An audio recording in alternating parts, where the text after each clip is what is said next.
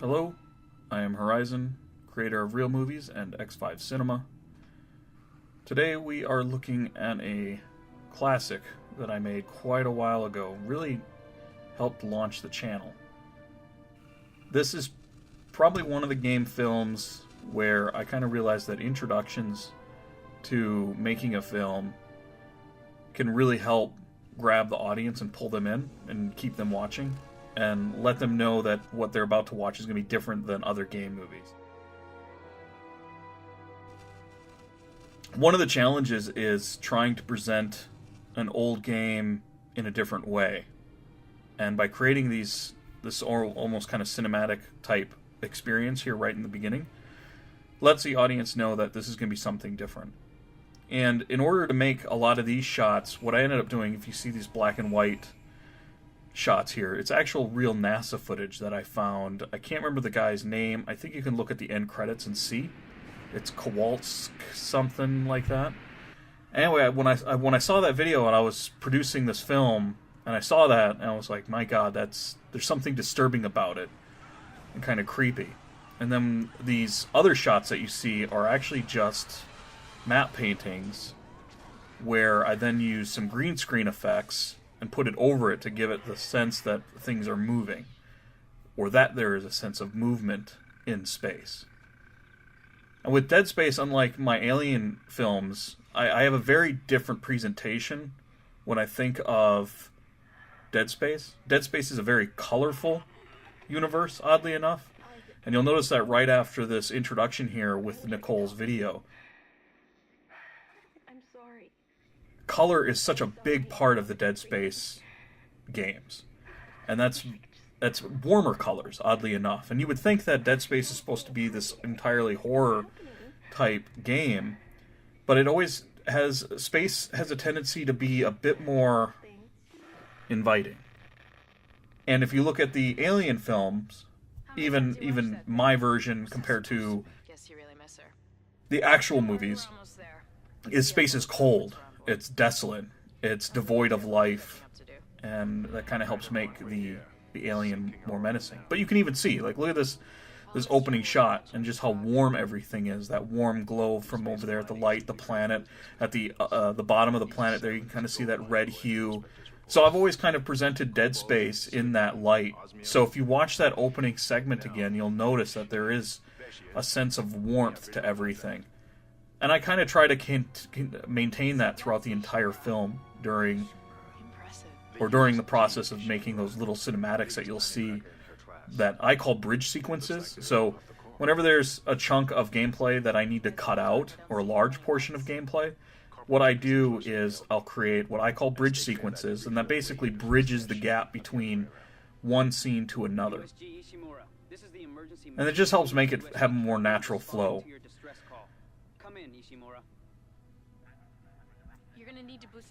Man, I haven't seen this film for a long time. There's a lot of things that I've learned from making more movies, because this, I think, my third film.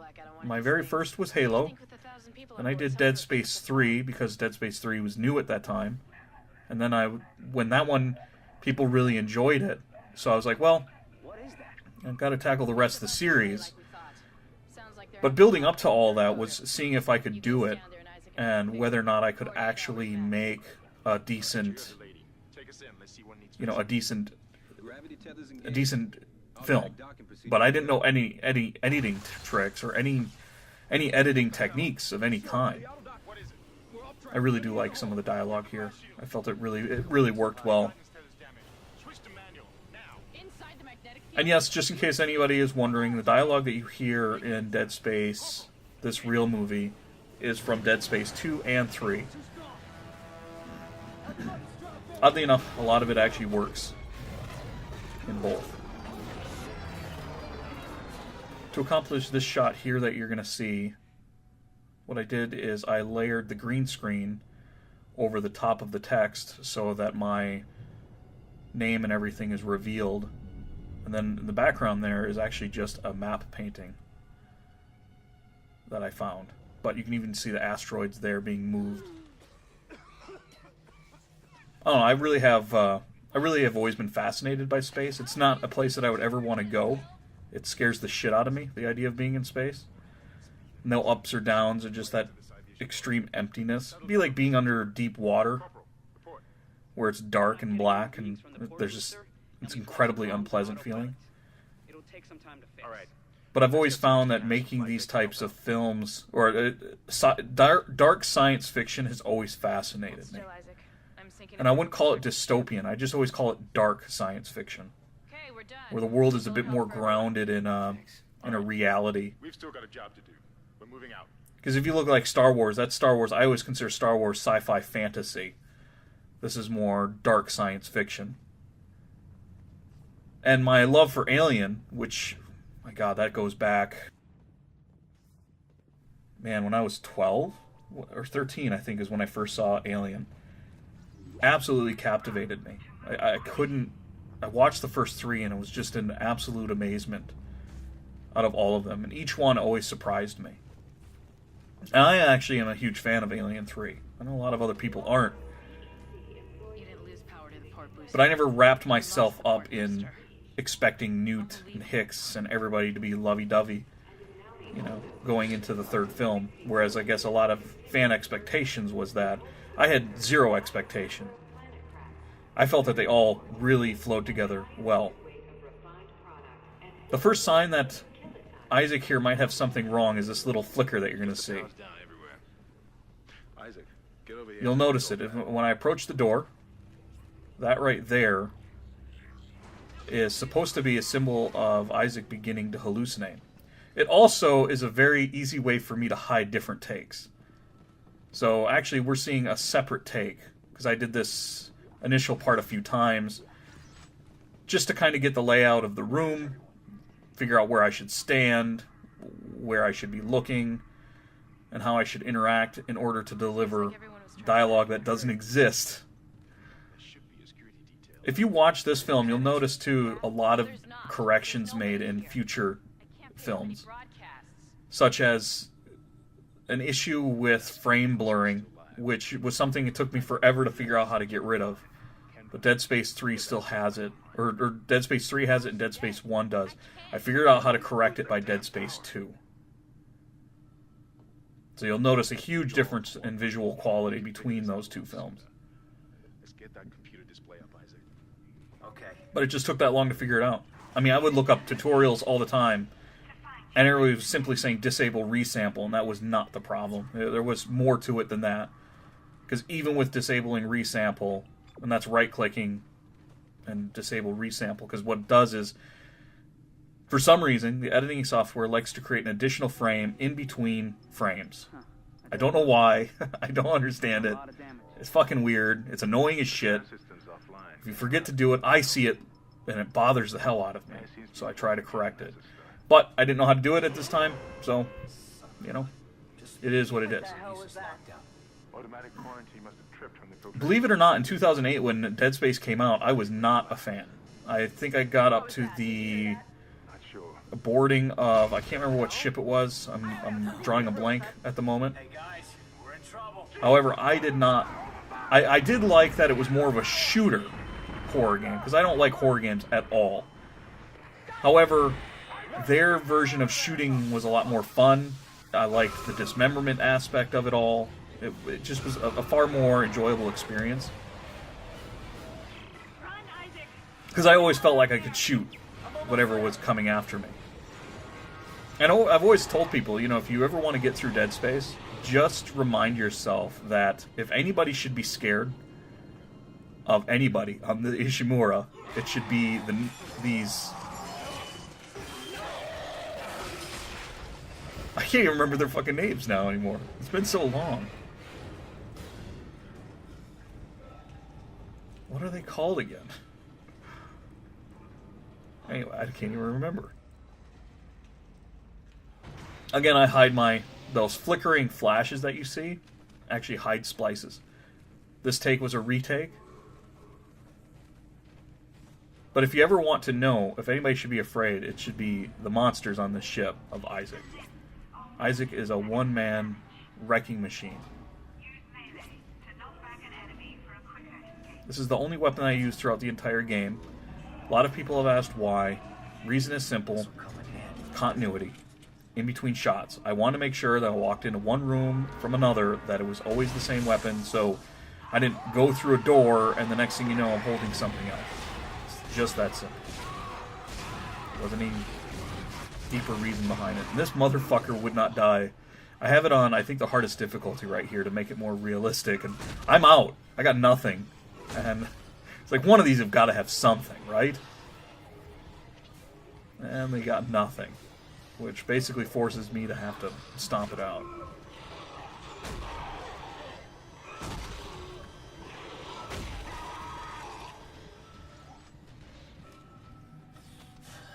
Out of all the Dead Spaces, this is the one that I played the least, I would say. I played a lot of Dead Space 2 and a ton of Dead Space 3. And believe it or not, Dead Space 3 is responsible for all of these films. So say what you want about Dead Space 3. If it wasn't for Dead Space 3, these real films wouldn't exist.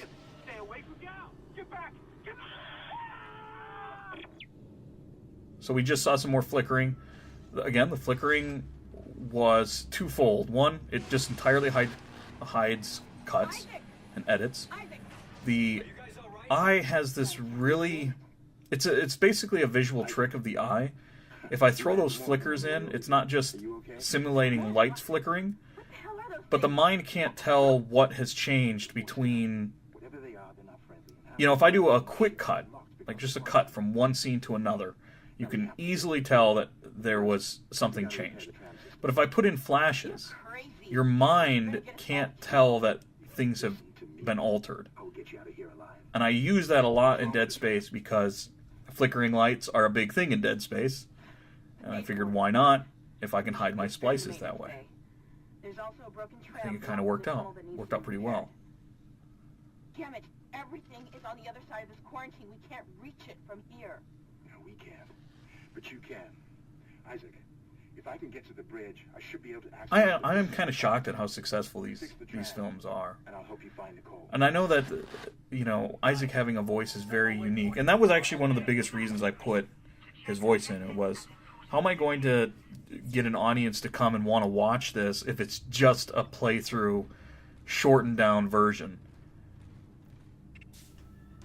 The solution was pretty simple. It was to create something that somebody else hasn't done yet. With Isaac being able to speak too, I liked the idea of Isaac not talking in Dead Space.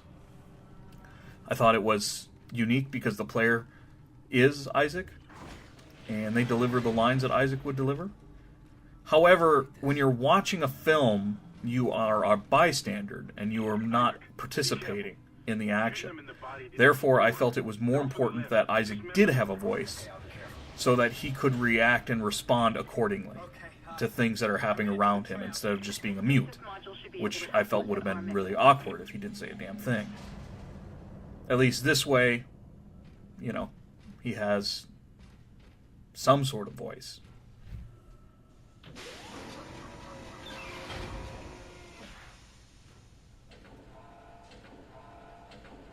So that's everything that I'm going to talk about today for episode 1 here of Dead Space Walkthrough.